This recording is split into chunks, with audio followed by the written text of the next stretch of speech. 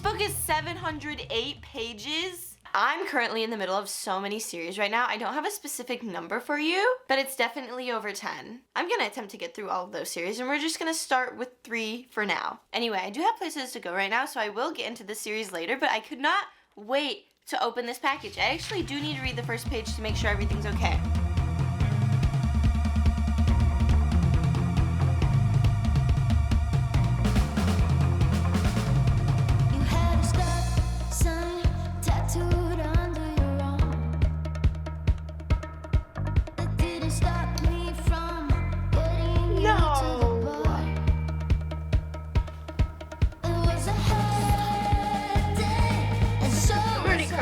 I'm on page 10. That's something in my eye. Tears.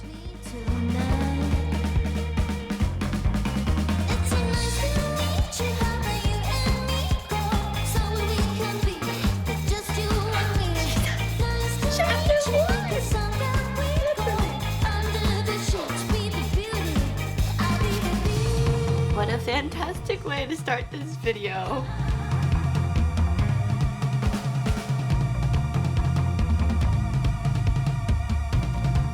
Chapter 1 of 86. Done.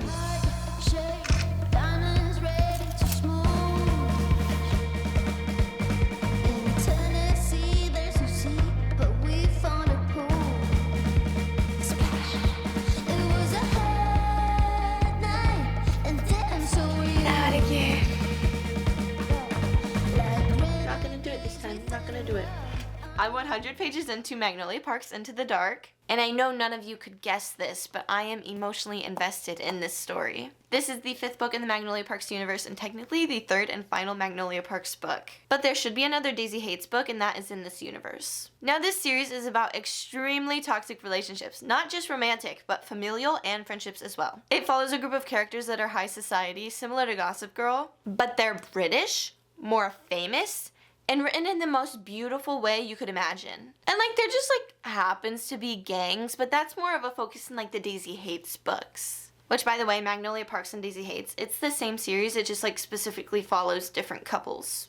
Anyways, these are some of my all-time favorite books. These fictional characters are very real to me, and I see them as my friends, even though in real life I would never be friends with them. Not because I hate their personalities, just because they probably would not like mine. In this book, these characters are going through probably one of the hardest moments of their lives, and I feel so deeply for them. Jessa Hastings is just a very talented writer, and she writes with so many metaphors and things that just hit really hard. The events of this book, combined with her lyrical writing, destroyed me, as you may have witnessed, but I'm not complaining. This will probably be the only instance where I will be excited and happy that a book is over 700 pages. Because I have a fear of big books, but I don't think I could ever get enough of this series.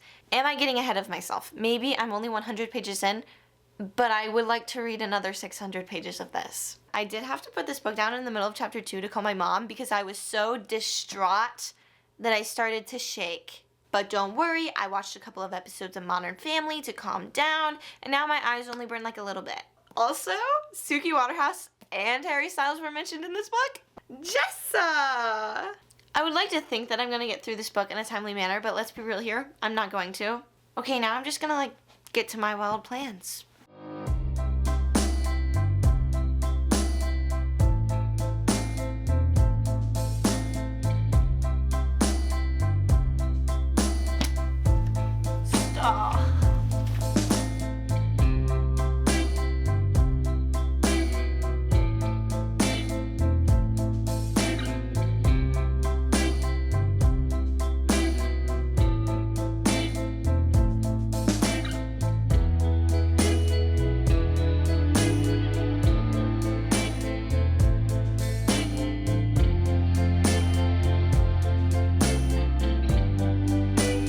Page 423, and I wasn't recording, but I just read something that made my jaw drop for probably 18 seconds.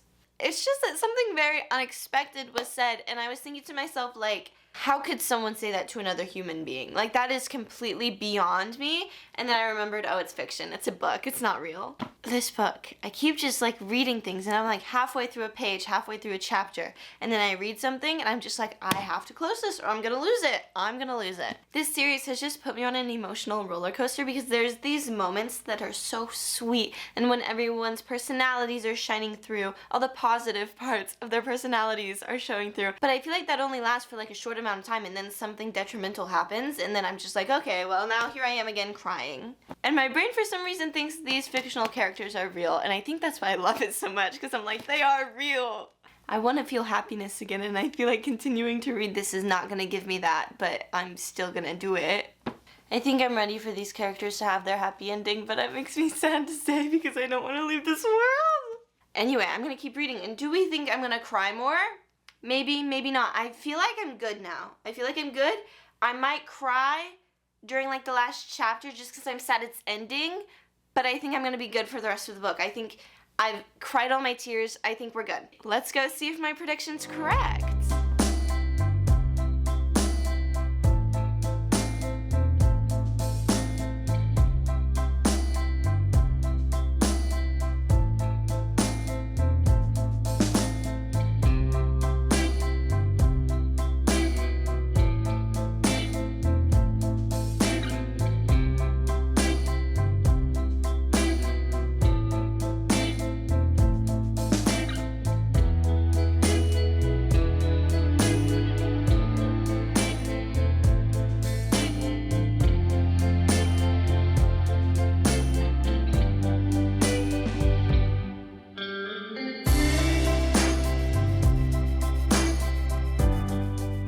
So I finished this last night and I wanted to sleep on my thoughts because I'm sort of teetering between two ratings. Both ratings are super high. I was going between 4.5 and 5 stars. But I've come to the conclusion, if I'm not 100% sure that a book is a 5-star read, it's probably not. I just watched Destiny Sidwell's video on this and she called this book more of a character study, and I feel like I have to agree with that assessment. These books are just so character driven that if you don't like the characters, you're not gonna like the books. Except for the Daisy Hates books. I feel like those are a little more plot driven because they follow gang lords, so I guess that's expected. Speaking of that, this book is really setting up for like the next Daisy Hates books, and I'm so excited for that. Something I noticed throughout reading this book is that I really read and think and talk in an American accent. There's just a lot of British slang in here that you don't hear in the US, and so then I read it in my American accent and then I'm like, that's not right. I need to go back and I need to read it in my British accent, which is incredible, by the way. Long story short, I waste a lot of time trying to read this. But I love the Brits. And I love this book and this series. I highly recommend. It is a 5-star series, even if I'm going to rate this book 4.5 stars. Alrighty, let's move on. I initially wanted to read this book next, but it's 650 pages. I just don't have it in me to read another thick book right now. Also, this book is in the middle of the Throne of Glass series, so I wouldn't even be finishing the series if I read this. So I thought, why not pick up books that will actually finish series for me / get me caught up in series. These books are also 200 to 300 pages shorter, so they're only around like 400 pages long. So I think I'm gonna read these 2 books. The playlist in this book is amazing. Zane, Harry, Taylor, Sabrina. I mean, come on, that's amazing. Miss Hannah Grace, I like your taste in music. Anyway, as far as I know, this is a hockey romance, but it's taking place at summer camp, so I don't think he's actively playing. Like, I remember Russ being a hockey player, but it's not like mentioned at all on the back. Anyway, I'm gonna get started on this book.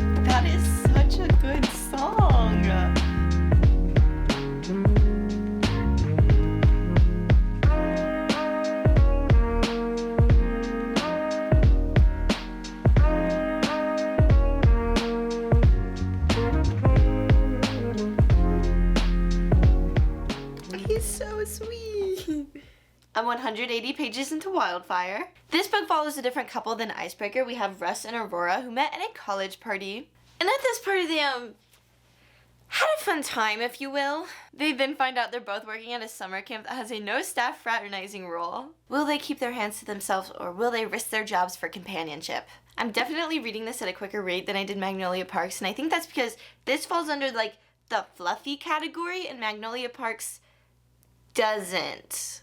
There are some darker moments in this book, but I feel like the overall vibe is just very happy. That being said, I think I prefer the couple from Icebreaker more because they just have like more like tension, I guess. I don't know, I just feel like this couple is like a little bit bland, which I feel bad for saying because I am enjoying the book. Like, I do feel content reading this. Like, I know it's not going to be the most groundbreaking book I've ever read. I know it's not going to be a 5-star, but like, it's keeping me happy. This is just a cute little rom-com I didn't know I needed, so I'm gonna go finish it now.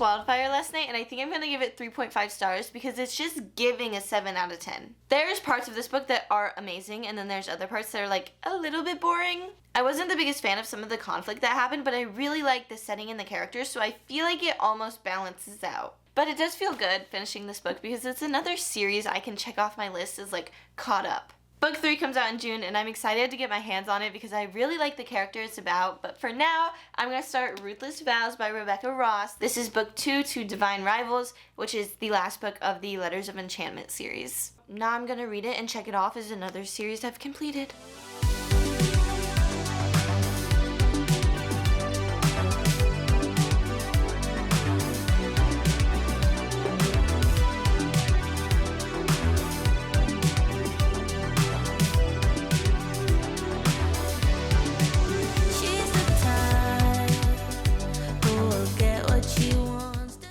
Vows consist of 4 parts, and I just finished part 1. The first book, Divine Rivals, is a romantasy where 2 journalists are competing for a promotion. The world features magic, and there's a war going on between 2 gods, but it's being fought by the people. Our female lead's brother is fighting in the war, so of course our female lead writes letters and assumes that they like magically appear to her brother, but that's not the case. They're actually magically being sent to her nemesis. I really enjoy Divine Rivals, and I feel like I'm kind of reading this at a bad time because there's just so much going on right now and my brain is going in so many different directions. But Divine Rivals just felt so comforting, and I'm like waiting for that feeling to kick in with this book. This book kind of reminds me of the song As It Was, or like when you're watching season 2 of a show you love. I forgot I had this on. As I was saying, it reminds me of season 2 of a show you love, but it just doesn't hit as hard as season 1. So it's like seasons 4, 5, and 6 of Glee. But at the same time, this is midterms Erin speaking, and I don't know if I'm actually judging things fairly. Like, everything happening in this book totally makes sense. Like, I don't see it happening any other way. This isn't one of those instances where you're like reading a book and you're like, oh, the author should have stopped at book 1. There's still so much to learn and a little bit of mystery to keep you on your toes. And the characters are cutie patooties. I just feel so withdrawn reading this right now. Like, I honestly feel like I just need to like sit here and rot, but that's not productive. Will get what she wants, doesn't hide.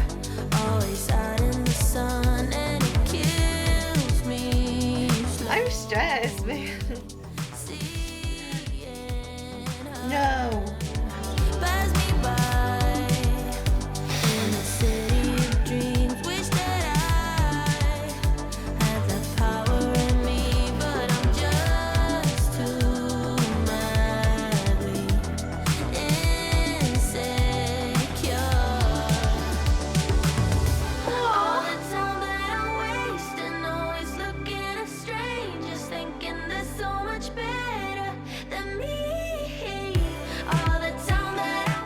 I'm over halfway through Ruthless Vows. I finished all my midterms and I'm escaping the dark mindset, so I think I can judge this book more fairly now. I feel like this book focuses more on magic and like the lore behind the gods than Divine Rivals. The first book almost reminds me of like magical realism, while this one is more fantastical. This book feels like a really quick read and it's really starting to pick up, and of course that is amazing. I think the gods in this series are just so interesting and I'm really enjoying their storyline. The only complaint I have about this book right now is that the romance is a little bit boring. I feel like the romance in the first book is what really drove it to become a 5-star read, and it's just not hitting as hard this time around. Hopefully that will change. I'm gonna continue to read. Who's that girl? She walks around like she